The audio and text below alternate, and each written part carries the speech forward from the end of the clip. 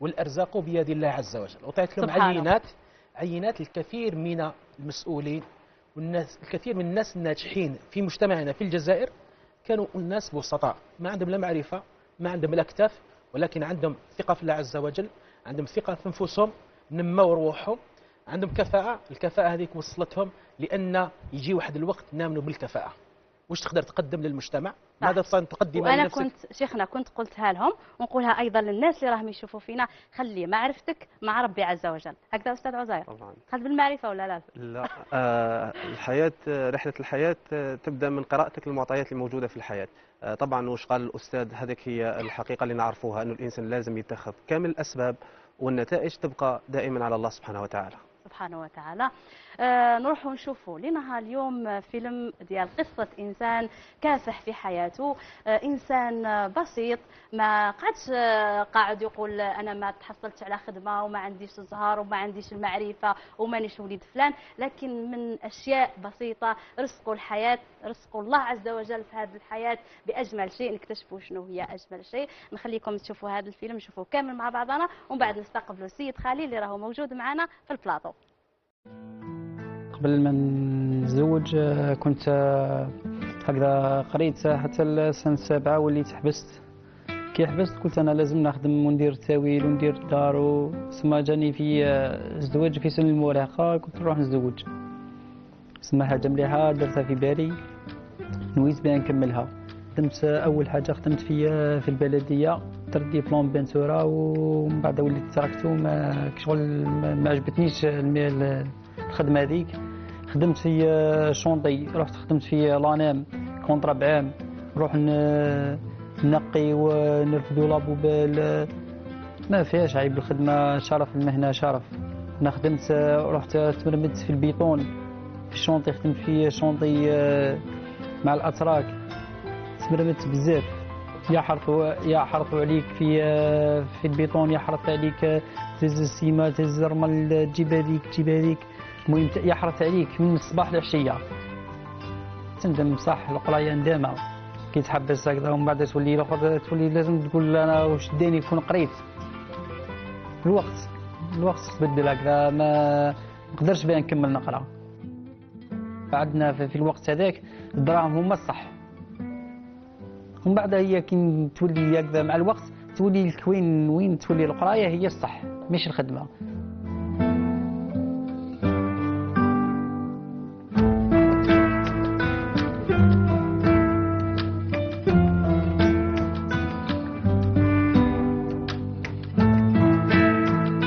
انا مشيت في الطريق تاع الزواج، درت في راسي باللي نتزوج، تزوجت، دخان، تكيفت. عندك حاجه اخرى خاطيني، ما نسرق ما نشم ما نتكيف لا دروغ ما والو. رحت خدمت في البيس، واحد يهينك، واحد يعيط عليك، واحد يقول لك كيفاه. خويا بصح ماشي هذا هو لاري اللي نحبط فيه. وانا هذا هو لاري اختي، هذا هو لاري، الله يرضى عليك. ديري ليش حتى كيفاش هذا هو لاري؟ انت قلت لك لاري الاخر ماشي هنايا نحبط. لا هذا هو لاري، انا عندي هذا هو لاري نعطيه هنا. خويا تمسخر هذا، انتم كتشوفوا في العباد دراهم ماشي دراهم. ما درناش مشاكل وما درناش مشاكل مع الكليون عند بابا. اودي كيفاش ما بعدني انا لا ما درناش مشاكل مع الشتري يا خويا، خلاص لاري وما درناش مشاكل مع الشتري يا سيدي.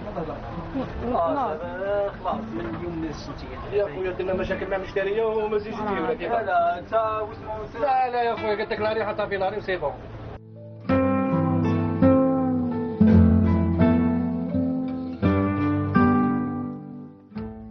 ربي يهديكم. الناس كاين كل واحد ويلقط في خبزته، واحد يلقاوه هكذا مش لابس مليح، تلقاوه باللحيه هكذا بالشعر وهذاك يهينوه، يقول لك هو هذا. هما يحبوا، كاين وين الناس تحب هكذا المظاهر بالمظهر، يشوفك من الله يبارك لابس حوايج نقايه مليح، لابس هكذا، عندك دراهم، عندك طوموبيل، الناس هكذا تقول لك هذاك عنده، هذاك داير، هذاك منا، مش يروحوا يشوفوا الواحد اللي ما عندوش. ربي سبحانه هو اللي يرزق، كل حاجه تجي معها رزقها. انا الله غالب، ما عنديش، عندي المراه كي طحت في المراه الحمد لله يا ربي عذرتني، قالت لي لا معليش نورمال وانا نروح وربي رحمته، ما عندكش وروح تخدم. هكذا رحت نخدم هنايا في الباطوار. الناس تروح دير شهر العسل تحوس في تلمسان، الناس تروح تحوس في الجزائر. ما نخرجوش من الولايه تاع الجزائر، بالبلد تاع الجزائر. الناس تروح لوهران، الناس تروح كل واحد وين يروح لبلاصه. انا في السمانه هذه تاعي، السمانه الاولى رحت نحمل في الباطوار.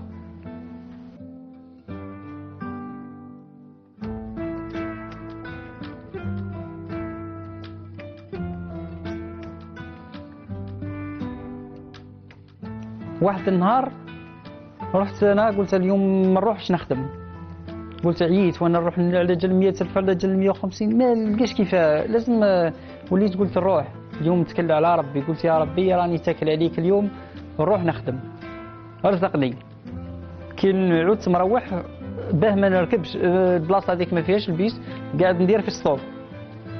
جا واحد مولا فورقو ربي يذكره على خير، في النهار هذاك قال لي تروح تخدم معايا اليوم. قلت له ماشي مشكل. رحت خدمت معاه، فرغت معاه لبساته تاع العسل يخدموا الحلوى في واحد الوزين هكذا صغير. فرغت معاه لبساته وجينا ماشيين. كي جينا ماشيين حطني في الرومبوا تاع مزلوق، في الرومبوا باه تبقى لي 20 كيلو ولا. قال لي روح تجي البيس وروح. قال لي شد الامانه هذه ديرها في جيبي. قلت له، قال لي ديرها في جيبك وما تحسبهاش انت تلحق للدار. قال لي نحاسبك عند ربي لو كان تشوفها. قلت له ما نشوفهاش. قلت له نوعدك باللي باه ما نشوفهاش. كي لحقت انا للدار دخلت دوشت صليت فطرت. قلت للمراه، قلت لها، قالت لي قداه خدمت؟ قلت لها راني خدمت ب70,000. وجاب واحد ربي في الطريق رزقني بربي واحد اللي وصلني قدمني. فرغت معاه 3 بتاتا تاع العسل، دار لي واحد المكتوب في جيبي ما على باليش شحال قداه.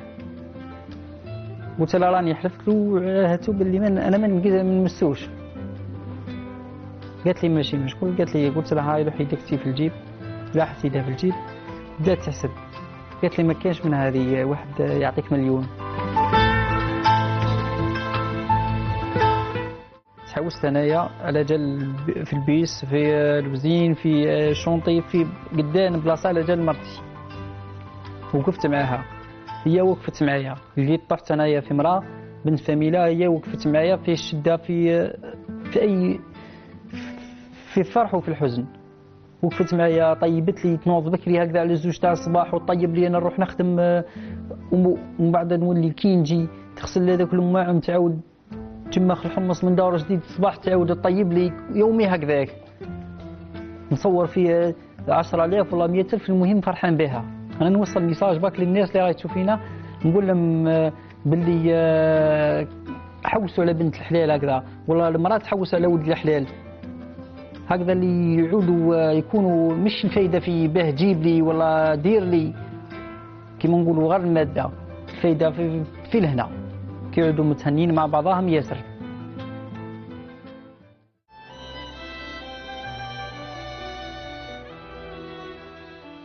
جيت بها نكرم المراه تاعي، نقول لها نشكرك بزاف بزاف، وقفتي معايا في فرحي وحزني وفي كلش.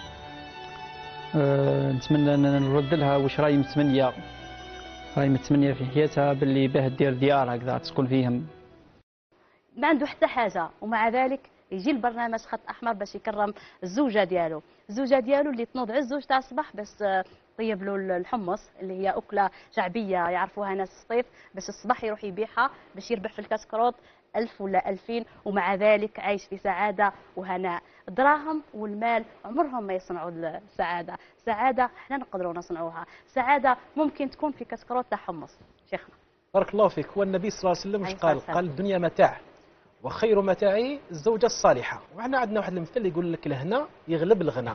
احنا لازم منظومه القيم في المجتمع تغيرت، ولينا نشوفوا باللي الهنا والسعاده ديالنا لازم دراهم.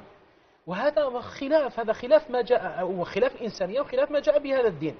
الانسان لما يلقى بنت الحلال، وبنت الحلال كذلك تلقى وليد الحلال، واحد الراجل يشد في المراه والمراه تشد في الراجل، هذاك الحلال هذاك والولاد فاميليا هو اللي نسموه احنا الهنا. تلقى ناس ما عندهمش ولكن مهنيين، تلقى ناس ماشي كاسبين ولكن مهنيين، ما عندهمش طوموبيلات ومهنيين، ما عندهمش مال الدنيا ولكن مهنيين. نحن بحاجة الى هذا الايمان بالامور البسيطه، ان نؤمن بالاخر. شيخنا، هو بالك الناس هم يشوفوا فينا، بالك ربي ما رزقوش دراهم، ما رزقوش سياره، ما رزقوش عمل لائق وعمل محترم، لكن رزقوا اهم شيء في الحياه اللي هو الزوجه الصالحه. استاذ عزير، طبعا عجبك الفيلم؟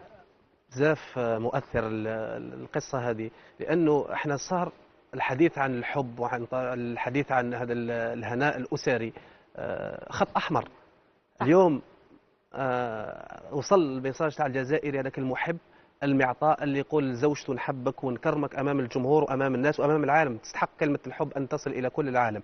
السعاده قرار داخلي لا يتعلق ابدا بالاشياء الخارجيه. هما قررا ان يكونا معا، ان يكون السكينه، ان يكون الموده والرحمه، ان يكون التعاون. خلاص الان المجتمع الجزائري لابد ان يقول هذه الكلمه، لابد ان تصل. يعطيكم الصحه، يعطيه الصحه اصلا على هذه الكلمه هو احنا العظيمه. جبناه باش يعلمنا لهنا كامل، ويعلم كامل الجزائريين اللي راهم يشوفوا فينا ان الراجل كي يدخل عشيه للدار ويلقى مرته مطيبت له وغاسلت له حوايجه ورافدت له، يكفي ان يقولها يعطيك الصحه. هذه الكلمه تسوى الكثير عند النساء. ولازم يقول له بارك، يقولها بارك. احنا لازم نتعلموا واحد الكلمات عندنا احنا الجزائريين، اننا لا نشكر.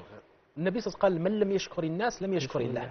كلمه هذيك بارك الله فيك ويعطيك الصحه وانت تاج راسي وانت لك يا رفدتني في الدار، الله الله تاج راسك. لا، هذه الكلمات نبويه. احنا المشكل فينا ما نعرفوش الدين، نعرفوا الدين كي تكون المشاكل مضاربه، ولكن الدين ديالنا احنا ما نعرفوش نديروا الدين نحتاجوه نهار يصرى مشكل، ولكن باش نعيشوا به الدين هو حياه.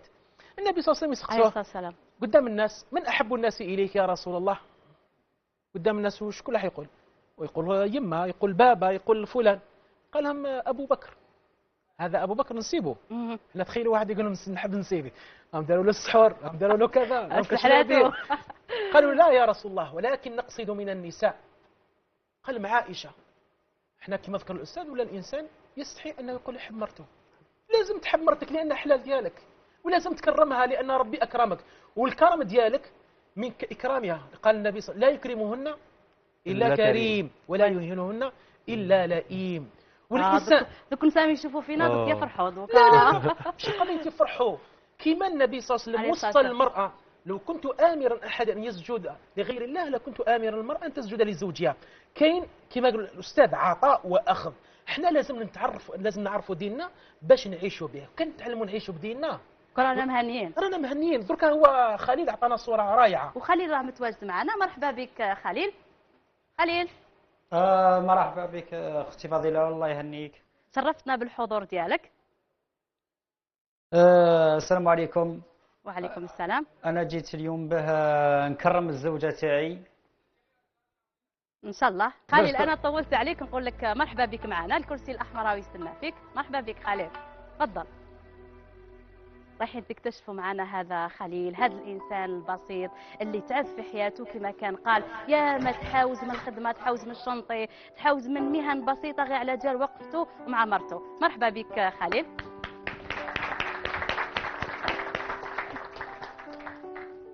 هذا النموذج. السلام عليكم. وعليكم السلام. خليل راه متواجد معنا، الناس اللي راهم يشوفوا فينا. هذا خليل اللي كنا نشوفوه قبيل في الشنطي واللباس تاعو في حاله يرثى لها، وشفناه في مهن تاع الميزيريه. الناس اللي راهم يشوفوا فينا نقول لهم ما تحقروش بالعين، كي تشوفوا موظف بسيط عرفوا باللي من وراه قصه جميله. مرحبا بك خليل. الله يبارك فيك اختي فضيله. جيت اليوم نكرم زوجة تاعي، وقفت معايا في الحلوه في المره، طحت في امراه بنت فاميله صح. قبل ما نتزوج انايا كنت هكذا نعاني بزاف، عانيت في صغري بزاف. قريت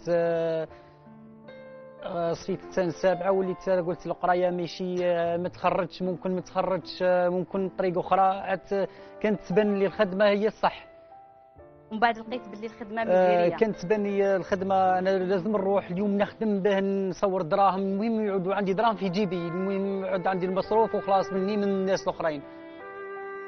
بعد كي بطلت القرايه، حبست القرايه، وليت عامين، وليت ندمت على القرايه. ندمت، قلت انا كملت قريت، كمل لقيتش خدمه، كون كملت قريت هكذا جبت تيرمينال تاعي ولا جبت حاجه شهاده هكذا نروح نخدم بها في خدمه مليحه. نقطة التحول في حياتك كان نهار اللي حاوزك مول الحافلة اللي كنت تخدم عنده، سبت امرأة. صارت لي هذه، لحقت الطفلة في 2 خطرات. الخطره الاولى لحقت ليها، لحقت الطفله هكذا البيس معمره ندير الكرسالات، كاينين الناس واقفين، انا تبان لك شغل كي نلحق الواحد نمد له تيكي خدمتي، لحقت لها مدت لها تيكي قالت لي راك تمد في يدك. اهانتك؟ مش غير اهانتي، كنت اختي فضيله كنت تحلت الارض كنت دخلت، ما نقدرش انا قدام الناس، انا 50 واحد يشوف فيا واحد تقول لي عيب تمد في يدك، تبان لك شغل راني نطلب باني ما نلقاش كيفاه. زدت قلت معليش الانسان لازم يكبر قلبه، معليش هذه اختي بالك غلطت، بالك الناس المسامح كريم يا مات هكذا. ثاني زدت تلاقيت مع واحده اخرى قالت لي خويا لاري الفلاني، قلت لها طلعي اختي نحطك في لاري هذاك، قلت لها قريب ليه، قلت لها قريبه مش بزاف، وتلحقي قلت لها اليوم انا لا بوليس ما نقدرش نحطك ثم فرمي تاع شيفور والريسك وهذاك، معليش قالت لي خويا طلعت خلصت عليها. ومن بعد جات لي قالت لي على ما حطيتنيش في لاري الفلاني، قلت لها اختي قلت لك بلي انا ما نقدرش نحطك في لاري هذاك، بدات تعيط عليا قدام الناس وانت وكيفاه وعلى جال دراهم وعلى جال 2000 ومش داك 2000 هانتني صح، ما قدرتش انا من هذيك وليت قلت الشيفور قلت له تهبط هي ولا نهبط انا. هو للاسف خيرها هي وفقدت العمل ديالك. خيرها هي، قال انا المشتري تاعي ومن هذا، قلت له معليش هي المشتري تاعك هكذا الناس ما تعاملش معاهم هكذا، انا تحوزني من الخدمه تاعي، هاي رزقك وسامحني من فوق. حوزت من الخدمه، زدت رحت خدمت في شونطي، خدمت دقيقة فقط في هذه النقطة حبيت رأي الأستاذ عزير. أستاذ، احنا نشوفوا بعض الناس صح يحقروا بالعين وممكن تصرفاتنا تكون احنا نشوفوها عفوية، لكن ما نراعوش باللي ممكن أي تصرف راح نديروه بالك هو بسبة هذيك المرأة فقد المنصب ديالو تاع العمل. واش نقولوا للناس اللي راهم يشوفوا فينا ما يحقروش هذا النوع من الفئات، سواء مهندس نظافة، أنا ما نقولش عامل نظافة، مهندس نظافة أو يخدم في الحافلة أو يخدم في الشنطي، يعني كي نضحكوا في وجوههم الدنيا وما فيها. طبعا في الحقيقة أنه الإنسان ميال إلى إسقاط الأحكام، وبمجرد ما يشوف المظهر أو الهندام أو العمل طبيعة العمل يسقط حكم، وهذه الحالة اللي راهي موجودة في المجتمع حالة كبيرة جدا، إسقاط الأحكام على الأشخاص هذو أصحاب الوظائف اللي احنا نشوفوها متدنية وهي أساس المجتمع هذا، صرنا نطلق الأحكام. هذه النقطة الأولى اللي لازم الإنسان ما يطلقش الحكم أولي وسريع. وأيضا احنا دائما نقولوا في علوم النفس نقولوا أنه أول مدخل إلى التأثير في الإنسان هي الكلمة. أول كلمة تطلقها أنت إلى هذا العالم هي المؤثرة، لأن ربي سبحانه وتعالى اختار التغيير عن طريق الكلام أولا، وقال في القرآن الكريم مثل كلمة طيبة كشجرة طيبة أصلها ثابت وفرعها في السماء تؤتي أكلها كل حين. هذه كلمة طيبة. وكلمة خبيثة كشجرة خبيثة اجتثت من تحت الأرض ما لها من خلاف. معناتها أول كلمة تطلقها ممكن جدا تزرع في هذاك الإنسان حلم وتزرع فيه شخص عظيم جدا، ممكن هذيك الكلمة تخرجه من مستقبله، تدمر له حياته، تخير له وظيفته، تخليه يخرج من وظيفة، تدمر له علاقته. يعني الواحد يحترس قدر المستطاع من هذه الكلمة. أنا نحكي لك قصة صغيرة جدا أستاذة. في مرة من المرات مشيت على الطفل لقيته يرسم، قلت له ايش قاعد تدير أنت؟ قال لي قاعد نقتل في الوقت. قلت له بالرسم أنت قاعد تحيي فيه. ويتصل بي بعد عام يقول لي أنا أشارك في معرض. شكرا أستاذة على الكلمة. كلمة فقط. هذا الناس نقول لهم مهما شفت شجع، أطلق كلمة إلى التشجيع، أطلق كلمة شكر، وحتى لو كان ما تقدرش تشجع يكفي أنك تصمت، ليقل خيرا يكفي أو ليصمت. ولأن كاين واحد المثل احنا نقولوه الشر امرأة والخير امرأة، وكما كانت امرأة سبب في طردك من العمل كانت أيضا امرأة اللي وقفت وراء سعادتك في هذه الحياة، اخترت شريكة حياتك. وهذه الإنسانة كما كنا شفنا كانت تنوض عزوج تاع الصباح، ماشي سهلة باش ما تنوض عزوج تاع الصباح وطيب كما حنا نقولوا ناس سطيف نقولوا له الحمص. كي سقسيتك قلت لي هو يشبه الكرنطيطة بصح ماهوش حمص. واسمه لبلابي. انا ما قلت لك بصح هو حمص قريب يتغلى في الماء وتولي كي يطيب برا. بديت بكيلو حمص، برطل حمص. احكي لنا. برطل حمص ورحت ما جبتش انايا، قالت للبابا قالت له روح جيب لي شويه حمص وبطه هريسه صغيره وشويه كمون محتاج تهم. جابتهم هكذا شم خاتو الغدوه الجمعه، قالت لي روح اشري الخبز وارواح، اشتري لي 10 باقيطات ولا 8 باقيطات وارواح. قلت لها عليه؟ قالت لي اني حابه هكذا. قلت لها معليش نروح نشري لك. رحت للكوشه، عاد كاينه كوشه من تميتنا، رحت شريت وجيت. قالت لي هاي الطابله ماكش خدام، قالت لي هاي الطابله اني طيبت نص، طيبت لك الحمص، قول يا ربي تكلت عليك وخرجت تبيع. الله يبارك. خرجت انا يتولى الباب، نحط الطابله، واحد يجي يعطيك طرف 1000، واحد 2000، واحد لقيت فيها رزقه لقيت فيها وحلوه. رزق الحمد لله يا ربي، لقيت فيها رزق. شحال كنت تصور في الكاسكروط خليل؟ كنت النهار الاول اللي بديت 50 60 70.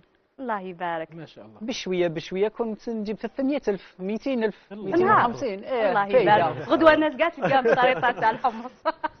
الله يبارك. خدمت الحمص تنوض الصباح على 2 تاع الصباح، طيب الحمص مع الطفله صغيره ملايكه في يدها، نلحق ل 11 12 تولي تعاود تغسل الماعن هذوك، تعاود دير من دارو جديد، دير الحمص الاخر تولي توجد الغدوه. الشتاء هكذا كامل، الشتاء هكذا. احنا عندنا البرد في الصيف، البرد انه هذاك هي المام هكذاك وتنوض تقول لك ها ما نخليش راجلي هكذا. كاين بعض اختي فضيله نقول لها الناس اللي راهي تشوف فينا، كاين بعض النساء تقول له ها ما نخدملكش، ربي يسهل عليك، روح جيب لي نلبس، جيت ناكل، جيت نشرب، جيت نحوس. رانا منك نتعلموا خليل، واكيد الناس اللي راهم يشوفوا فينا كامل يتعلموا. لا منك. شوفي اختي فضيله، انا طحت في مراه الحمد لله يا ربي نحي عليها، هي تقول لي ما نلبسش وروح سلك الدين تاعك، تقول لي ما ناكلش وكل انت، تقول لي ما نشربش واشرب انت. الله يبارك. تقول لي لا ما تجيبليش هذيك الحاجه بالكريدي، ما تجيبليش، انا ما نلبسش اليوم، ما لبستش اليوم، غدوه كيقعد عندي نلبس. نتمنى كامل الجزائريات راهم يسمعوا فيك خليل. نتمنى كامل الجزائريات راهم يسمعوا فيك، لانه ماذا بيا الناس الكل تولي هكذا، الشعب الجزائري الكل يولي هكذا. الراجل يلقى بنت الحلال والمراه تلقى بنت الحلال، ولد الحلال عفوا، تلموا اسره هكذا، ماشي فايده وين في المال، في الماده، فايده في السعاده وفي الهناء. غير هنا انا راني دوك ما عنديش، راني ساكن في دار الناس، مانيش خدام، نهار نخدم نصور، نهار ما نصورش، بصح عايشه السعاده الحمد لله يا ربي. الحمد نتهني لله. انا ومرتي وبنتي. الحاجه على بالك شفت انا الفيلم ديالك ايضا شيخنا قبل من هي الزوجه وجهنا لها دعوه، انت اللي ما خليتهاش تجي ولا هي؟ لا هي دوكا معليش كاين واحد معليش ما نقولوهاش، لكن ومع ذلك هي راهي معنا على الهاتف، ما على بالهاش شكون اللي حيكرمها اصلا، ما على بالهاش وين راك نتايا، وين قلت لها راك؟ قلت لها نخرجوا نحوسوا، قالت لي مانيش قادره مريضه، قلت لها ريحي، قلت لها انا خارج. الله يبارك. هي راهي معنا. الاخت فضيله، حنا نقول فقط المخرج ديالنا هاني نقولوا يديروا لنا مكالمه هاتفيه، لكن نروحوا لشيخنا. شوف الزوجه هي اساس البيت، وهي اللي تصنع السعاده في البيت اكثر من الرجل. صح. وهي قوام البيت. المراه تقدر تطلع بيتها وتقدر تهدم بيتها، وهذا موجود عند المجتمع، في تقاليد المجتمع. كان واحد المثل راني حافظ نصه ونصه مانيش حافظه، قال لك اللي فاتك بالصلاه فوتوا بالحصيره، واللي فاتك الثانيه الله اعلم، قال لك واللي فاتك بالمراه فوتوا بالشطاره وقيل. ما تعيا ما تشقى، خلاص كاع عليك تفرط فيك. معناتها الانسان اساس اساس البيت هي المراه الصالحه. خالي واش عنده الدنيا بكاملها. صح. خاطرش كاين ناس عندهم الدنيا كي تسقسي يقول لك ما لا عندي لا والو، شيخنا غير اللي نهضر المشاكل. هكذا لاخاطش الناس هم يشوفوا فينا، كاين بعض الرجال اللي انتشلوهم النساء من الشوارع، جابت ودارت لوطوموبيل وخدماته وتخدم على والدي وتخدم على خاوته، ومع ذلك كي يدخل عشيه كلمه صحه ما يقولها لهاش. كاين نساء اللي راهي رافده بين قوسين، رافده هبال راجلها وهبال المحيط اللي راهي عايشه فيه، ومع ذلك تستنى غير كلمه صحه وما يقولها لهاش راجلها. واجب عليه باش يقول صحه. طبعا احنا نحكيو هنا على نقطة علمية يسموها مواقع الإدراك. احنا قاعدين نسلطوا الآن ضوء على نموذج جزائري من الجزائر العميقة اللي يعرف وش معناتها قيمة الأشياء ويستعظم الأشياء اللي تقدمها الزوجة. فاحنا نقولوا دائما الرجل لا يشكر في الجزائر، ما يشكرش المرأة تاعو على كل الأعمال اللي تقوم بهم من الصباح حتى المساء. ولو كان يجرب يوم فقط في مكانها سينهك، سيشعر بالإنهاك المطلق. فاحنا نقول لهم شوف الاشياء الموجوده العظيمه اللي موجوده في زوجتك انت ما قاعد تشوف فيها الان. احنا نوجه هذا الرساله الى الرجل ونوجه الرساله الى المراه ونقولوا شوفوا رغم انه بساطه الرجل الا ان المراه رفعت التحدي معاه وشافت انه الحياه الزوجيه وقال كلام السكينه. شباب قال لك كتقولي ما نلبسش انا وتلبس انت، نعم. ما ناكلش انا وتاكل انت، ما نشربش انا وتشرب انت. إذا حبيت نموذج راقي في الحياه. نعم، احنا دائما نقول لهم القاعده تقول العطاء قبل الاخذ. اذا حبيتي تاخذي من رجلك الرومانسيه، العطاء، الحب اللامشروط كذا، اعطيه انت. وانت اذا حبيت من زوجتك العطاء اللامشروط والحب اللامشروط، اعطيها انت. فهي اعطاته الان، تقول له البس انت وما نلبسش انا. شنو يقول لها هو؟ البسي انت وما نلبسش انا. صح. شوفوا قاعدين ويكافئها ويستدعيها البرنامج خط احمر. اختي فضيله نزيدك حاجه. انا عندي واسمو الزوجه، كنت في الصيف نجيب حاجه، كي نجيب حاجه نروح نشري ابسط حاجه، ما تديهاش هي وتديها. انا عندي الشمبره الفوق، ما تديهاش هي وطلعها، تقولي لا لا اصبر نجوز على يماك. الله يبارك. لما يقولوا لها اي حاجه ابسط حاجه يغيظها الحال، ما تبينش قدام، تطلع لشمبرتها وتبكي وما تقول لهمش ما نعيطش انا الوالديه دوك راني لهنا بعيد عليهم 300 كيلو، تهز هي التليفون كل يوم، كل ما ندخل العشيه من السوق كان وين نهارات نلحق على المغرب كل نهار ووقته. جيت هي عيط لوالديك، عيط لهم دوك. الله يبارك. عيط لهم الله يبارك. هذه صح زوجة تستاهل التكريم. ما درتش حاجه مع والديا، ما درتش حاجه معايا، الحمد لله يا ربي. اعطينا وصفة السعادة هذه، وصفة الله. الناس هم يشوفوا فينا بالك عاطي لهم ربي كامل الدراهم الاموال يحوسوا، بصح ما راهمش عايشين هذه السعاده اللي انت عايشها. ماشي فايده اختي فضيله في المال والماده والطوموبيل وجيب هذيك ولازم تلبس مليح ولازم تروح تحوس. الفايده في السعاده، تكون عايش مع مرتك متهني مع مرتك. انا دوك غلطت، انا الرضا والقناعه. الرضا والقناعه. انا دوك غلطت نهضر على واحد من انا نفسي، ولازم الناس كل تشوف هكذا. لازم كي الرساله هذه لازم 40 مليون جزائري يسمعها. انا دوك تهوشت انا ومرتي، الغلطه جات منها ماشي مني. معليش مرتي سمحي لي نسكر الباب ونخرج، ما نخليش انا ما نقلبش الغش في المراه. خلي بالك هي دارت غلطه بعدا تولي صحها. انا نعرف شي ناس بزاف هو اللي يدير الغلطه، والله هي اللي يدير الغلطه، يقول لها راكي مطلقه ولا راكي يزعقها ولا يضربها ولا يهينها ولا لا من بعد تولي. فقط هذا الشخص اللي رانا نستناو فيه راه متواجد معنا على الهاتف، اللي هي السيده نسيمه، اللي وجهنا لها دعوه باش تحضر معنا لبرنامج خط احمر، لكن لظروف خاصه تعذر عليها انها ما جاتش، لكن راهي موجوده معنا على الهاتف. مساء النور اختي نسيمه. مساء الخير اختي فضيله. واش راكي لاباس؟ راكي مليحه؟ لاباس الحمد لله، وانتم لاباس؟ الحمد لله. انا تمنيت انك تكوني حاضره معايا اليوم في بلاطو خط احمر، لكن لظروف خاصه ما قدرتيش تكوني معنا. سمحوا لي بزاف. معليش. كانت عندك دعوه تكريم في برنامج خط احمر، تتوقعي شكون هذا الانسان اللي حب يكرمك قدام كامل الجزائريين؟ ما عندك حتى فكره؟ لا. قولي لي نسيمه، متزوجه انتيا؟ الله يبارك. وعندك اولاد؟ انا يسمع ديجا صوت بنيتها.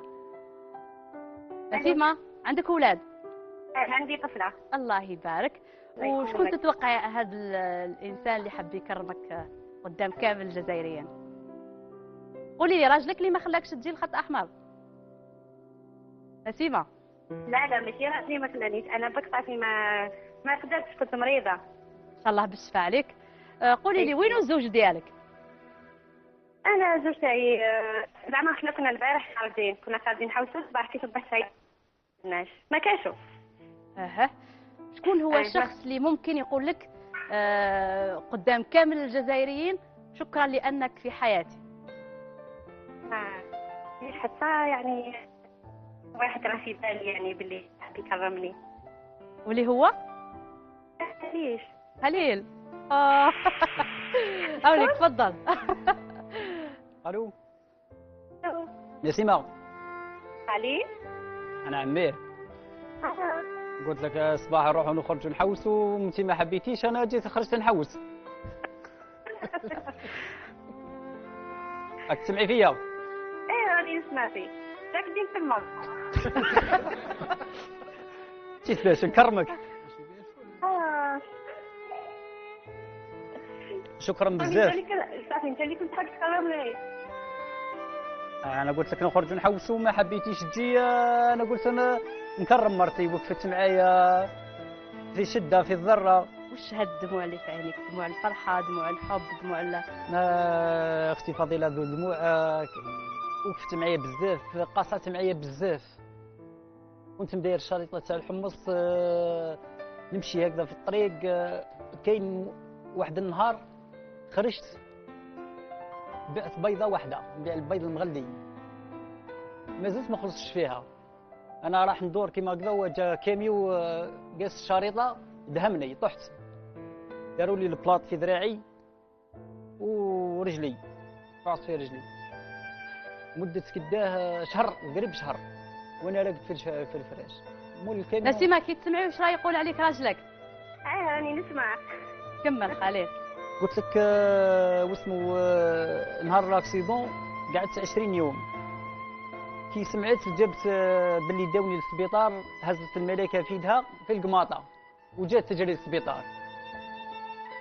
قالت لي كيفاه حتى ندقست، قلت لا قدرها ربي معليش. قعدت مده 20 يوم. قلت لك اختي فضيله والله شهر وهي في الدار معايا، ما قالتليش جيب لي والله دير لي والله اشري لي والله. قالت لي لا ريح انا نوقف بيك. قايمه بيدي واش ندير لي كلش. وقفت معايا قعدت معايا شهر وما قالتليش اختي فاضله روح جيب لي هذيك الحاجه نحوس عليها والله هذاك. هي كون مدولها والديها دراهم والله هذاك، هي اللي تزيد لي. تقول لي لا معليش راك مريض وقدرها. واش تقول لها تسمع فيك؟ نقول لها نشكرك بزاف اللي وقفتي معايا في كلش، بزاف في حوايج، ودرك مازال باللي راهي مازالت واقفه معايا صح، او مازال عليا الدين درك، ومازال تقول لي ما نلبسش. الوقت هذا تقول لي ما نلبسش، والبس انت ما نلبسش، ما ناكلش، وكونوا انتم تجي هكذا الحاجه العزيزه تنحيها من الطابله وتقدمها لي. تقول لي ها كلها انت. وانا ما نقبلش هكذاك، انا لازم نحب مرتي ثاني تلبس السوق وتشرب تحوس. اكيد تسمعي نسيمه. هي تحوس انا شوف انا يعني صح فرحني بزاف، كيما نقولوا حب يكرم لي. المهم انا نقول له درت غير الواجب تاعي. الله يبارك. المهم انا درت غير الواجب تاعي، يعني ان شاء الله نكونوا يد واحده ان شاء الله. اعطينا هذه الوصفه تاع السعاده. عبالك راجلك عنده ساعه هو يشكر فيك حتى خلاص. الله يسلمك. نسيمه اعطينا هذه الوصفه تاع السعاده. واش درتي له؟ كاش قري كاش وصفه؟ لا انا ما نعرف لا قري لا حاجه اخرى. استربك. الله يسلمك. نشكركم اختي فضيله بزاف. احنا اللي نشكرك. انا تمنيت انك تكوني موجوده معنا، وتمنيت ان لكن ومع ذلك كثير من الجزائريين استفادوا، اكيد راح يستفادوا من القصه الجميله هذه. نقول لها حاجه برك كراي تسمع فيا، نقول لها ان شاء الله يا ربي الناس كل 40 مليون جزائري يدعيوا لي برك ان شاء الله نحقق لها الامنيه تاعها، نبني لها دار هكذا ان شاء الله. وحتى لو كان ما بنيت لهاش دار في الدنيا، ربي عز وجل راح يبني لها دار في الاخره. دار في الاخره. شوف سبحان الله هذه السعاده ان شاء الله. لما الزوجه تقدر زوجها بهذا الشكل، والزوج يقدر زوجته بهذا الشكل. شفتوا السعاده واحد الكرم. كل الناس اكيد الناس لما يشوفوا الحصه كلهم يتمنوا انهم يعيشوا هذه الحياه، ويعرفوا بلي السعاده ماهيش في دراهم. يعني ما جاش يكرمها لانه شرات له طوموبيل ولا بنات له فيلا، جاي يكرمها لاشياء بسيطه، وهي ايضا تقول له صحيت لاشياء بسيطه كل واجبها. تفضل استاذ عزير. نحب نقول لكم برك رغم انها ما حضرتش ولكن وصل كل شيء صح. فات لانهم طلقوا هذوك المشاعر. انا راني مبتسم من اللي دخلت الحصه اليوم. الله يبارك، ان شاء الله دائما مبتسم، وحاب ان شاء الله الموديل هذا يوصل الى كافه الجزائريين. معناتها الواحد يبدا يطلق قلنا كلمه الشكر وكلمه العطاء بدون مقابل، وخاصه المقابل هو وعد من عند ربي سبحانه وتعالى. وايضا هو علاج للنفس. الانسان علاج. كي واحد يدير فيه الخير يقول له شكرا، يحس انه ارتاح نفسيا. نعم، طاقه الشكر تتعزز وتكبر وترجع على الانسان. هو قاعد يقدم لها ويقول لها شكرا، وهي قاعد تقول له لا هذا الواجب وشكرا لك انت، وراح يروح تبقى ما بيناتهم الكره حتى يتعاظم هذا الشيء. المخرج السوري ديالنا هو فرحان يشوف القيم الجزائريه هكذا. هاني اعطينا كلمه اخيره. نشكر برنامج خط احمر. شكرا لك اختي فضيله، شيخنا الاستاذ، وتحيه خاصه لفاطمه الزهراء ومحمد طاهر زايدي ومحمد ومحمد فرجاني. الغائب لكن موجود بروحه الجميلة. وشكر خاص لرفقائي اللي في الدرك الوطني، زين الدين بالخيري وهاني مباركي أنور شيبي. شكر خاص لافامي جفال وحمزة الله يبارك، ان شاء الله اللي خلاني اللي نهار كان ما كانش وين نخدم، عيط لي هو جا طبطب عليا وقال لي روح تخدم عندي. الله يبارك. في السمانه نخلص هكذا من الخميس للخميس نخلص 720 في اختي فضيله. زاد لي هو اللي يعطيني في الدراهم، دخلت الغاز لداري، دخلت تريسيتي. كاين اللي يخلص يدخل 70 مليون في الشهر وما نشوفوش الضحكه على وجهه. الحمد لله يا ربي، وشكر الخاصه لي صبر بالسكره. أنا معك. شكي دايره عشاء؟ العشاء راحوا تاكلوا طعام. الله يبارك. نجو ان شاء الله. صح ديالنا اني حابه ناكل حمص. معليش ارواحي مرحبا بك. ان شاء الله ربي يحفظك. شكرا. حبيتي الكلمه؟ تفضل. الله يسلمك سي نسيمه. وشو؟ قول لها على مرام. قول لها كيفاه يعني معاملتنا هكذا تجيب لك راي في عمرها 3 سنين ذوكا. تسمع شيخنا، تسمع الاذان لازم تقول لك نوض تصلي. الله يبارك. يعني رزقني بربي بطفله ما شاء الله تقول لك نوض تصلي، كل ما تنوضش تبكي. الله يبارك. انا عندي بنتي اختي فضيله كي تسمع الاذان كل ما نوضوش نصلي وتضربنا. الله يبارك. لازم ولازم كي تنوض تصلي، كي نوض نصليو لازم دير الخمار. الله يبارك. لازم دير لي خمار.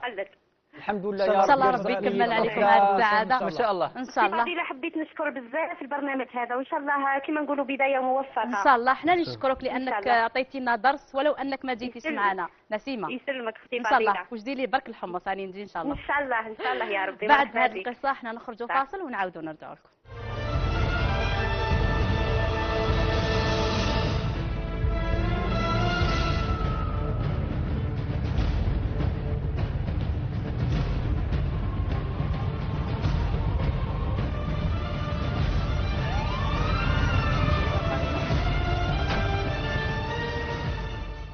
في ركن خرج ولم يعد، هذا الركن اللي حابين يكون همزة وصل بين الناس اللي حوسوا على ذويهم وذويهم إن شاء الله اللي يكونوا في الاستماع ويعاودوا يرجعوا. استقبل اليوم خالتي فاطمة والحاج قويدر هكذا. يونسي محمد اللي جاونا من ورقلة. الحاج محمد والزوجة عندكم شوفوا اسمعوا معايا مليح، عندهم 10 أولاد الله يبارك، 6 بنات و4 أولاد. راح لهم هذا اللي في الصورة في عمره فاروق، كان في عمره ركز معايا فاروق في الصورة، راح لهم هذا الولد كان في عمره 19 سنة، راح من اللي عنده 11 سنة. 11 سنة كل يوم يحوسوا عليه في ورقلة في كامل الولايات، بالرغم من أنه عندك 10 أولاد لكن ما زال كيتحوسي على هذا الولد. خالتي فاطمة قالوا نحوس عليه، اش بقى نبطل للنهاية ونحوس عليه. وين قالوا لك راه وين؟ الدنيا ما قالش ليا وين. خرج داني العرس خالته وقال لي قول لي فاطمه، قال لي يا فاطمه يلا. قلت له انا يا مزاده اش قالت لي خالته اقعدي ونوصلك في الليل. وكان في عمره 11 سنه في ذاك الوقت. والو 19 سنه. 19 سنه. إيه. هو زايد 87 وراح في 2007. وحسبي 2007. وش راكي تحسي داخل خالتي فاطمه؟ نحس بروحي بنزال يولي ان شاء الله. ان شاء الله. واحساس الام عمره ما يخيب ان شاء الله. ان شاء الله. الحاج احمد. نعم محمد لو كان هو يشوف فينا واش تقول له؟ هو اسمه احمد محمد. الله يبارك. ان شاء الله. لو كان هو يشوف فينا احمد واش تقول له؟ نقول هذه مشتقنا ليه، وعلى كل حال 11 سنه وحنا صابرين. ماذا بينا اللي كان راه في الاستماع ولا في مقدرته على الاقل اتصل بينا، ولا يا جاء ماذا بينا، ولا ما كان حتى يتصل بينا على الاقل نرتاحوا قلوبنا ترتاح فيه.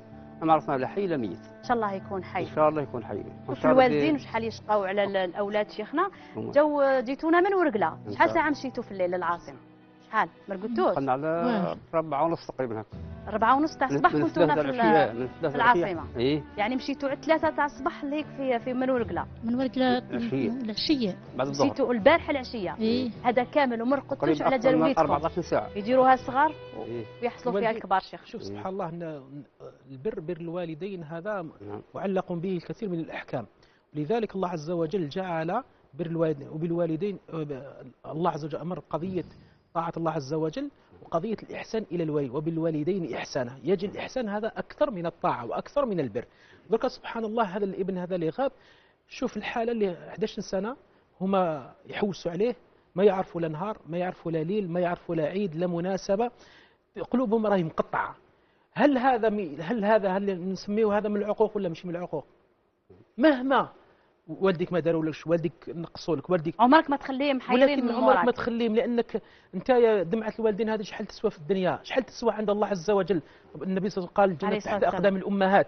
دوك الوالدين هذا رغم انهم عندهم 10 ولكن هذا الواحد ما يقدرش، العشرة ما يقدرش ينسون في الواحد، لان كل واحد من الابناء عنده مكانه في القلب، وحتى واحد ما يقدر يعرف هذا حتى يولي اب ويولي عنده اولاد باش يحس باللي كل ابن عنده مكانه في القلب ديالو. خالتي فاطمه توحشتيه؟ لو كان هاو يشوف فيك واش تقولي له؟ لو كان هاو يشوف فيك واش تقولي له؟ قول له ارجع ورانا مازال ايام اليوم كلي خرجت اليوم راك. تمنيتي تحضري له عرس وتزوجي وتفرحي له؟ ايه كل عرست الخو عاد قلت له يا ريتك راك انت ما تزوج مش خوك نزوج فيه. هذا كل ما يجي عيد تفكري، كل ما يجي موسم ما يختنيش عيد، ما يختنيش مناسبه، ما يختني حتى هكا راقده. مرات نعود راقده نلقى روحي الاستاذه مبله بالدموع وحدها نتفكر في الليل راقده في نومي نلقى الاستاذه مبله بالدمع. ان شاء الله يكون حي ويعاود يرجع لكم ان شاء الله. أستاذ عزير، نتمنى من القيم الجميلة اللي ممكن نشوفوها الأم مهما يدير فيها وليدها، مهما يروح مهما يتغرب، لكن ولا يوم تنساه وتبقى دايما تستناه. قالت لك نكون راقدة كي نوض نلقى مخدة مشمخة بالدموع. نعم، هذه القيم قيم عظيمة موجودة في الأمومة والأبوة لا تنتفي. شوفوا معيار الزمن غاب عنها، قالت 12 سنة وكأنه البارح، فهو الآن الزمن انتهى أمام مشاعرها العظيمة اللي توصل للأبناء. فأنا نحب نقول الأبناء اللي راهم يشوفوا فينا الآن، نوصوكم على أبائكم، شوفوا يعني شحال العظمة تاع المشاعر تاعهم والمحبة اللي كنوها لكم والتي لا تنتهي رغم السنين، رغم الفراق، رغم البعد، رغم كل الأشياء اللي تقدر توصلها على الابن هذا. شوفوا قاعدة تحب فيه وتوصل ليه، هذا للأبناء. ونقولوا أيضا للأمهات والآباء ارفقوا بأبنائكم، إن شاء الله يبقوا دائما في أحضانكم ودائما موجودين معاكم. إن شاء الله. فهذا الرسالة اللي لازم توصل للطرفين إن شاء الله. أنا نعود الإعلان صورة البروفيل ديال أحمد ياسين اللي يونسي صورة أحمد يونسي اللي خرج من البيت كان في عمره 19 سنة، هو حاليا في عمره 31 سنة. كي خرج ما قال لكمش وين راهو رايح؟ ما خرج زعفان والو بدنا ما عندناش واحد يكلم واحد. الله يبارك. عندنا قلت لك 10 وانا وبي في الدنيا واحد ما حيرش واحد. الله يبارك ما شاء الله. خالتي راهي تقول بلي عندها 10 اولاد ولا واحد فيهم محيرهم ولا حتى هما ما حيروا حتى واحد من هاد الابناء. حتى هو الله يبارك. حتى هو في الدنيا يخش من فم الباب حتى من الضحك لا يتبسم. الله يبارك. ان شاء الله يكون حي ويعاود يرجع لك وتفرحي به ان شاء الله. اي واحد راه يشوف فينا يشوف الملامح، ربما هذه كي كان في عمره 19 سنه بالك الملامح راهي تغيرت شويه، لكن الاسم يبقى هو اسمه احمد يونسي عفوا احمد يونسي من ولايه ورقله. خرج عنده اكثر من حوالي 11 سنه. من هذاك الوقت الى يومنا هذا ما بان عليه حتى خبر. ان شاء الله يعاود يرجع ونفرحوا به ان شاء الله. عندك كلمه اخيره بابا حبيت تقولها؟ والله كلمه اخيره اشكركم على الدعوه وربي يجازيكم ويكثر خيركم، وان شاء الله يكون فتح خير، ان شاء الله يكون ان شاء الله يا رب. على الاقل يجينا خبر حتى ميت ان شاء الله. رقم الهاتف ديال العائله راهو يجوز اسفل الشاشه، اي واحد يعرف اي خبر يعيط لهم ويفرح هذه المهمه ويفرح هذا الاب. دموع الوالدين غاليه بابا، دموعك غاليه ان شاء الله الا ما تلقاه ان شاء الله. ان شاء الله. انا ما بقاليش وقت نقول لكم دائما ان شاء الله نكونوا نطلب من كان عنده صاحب ولا اصحاب ولا حيه يتكلمون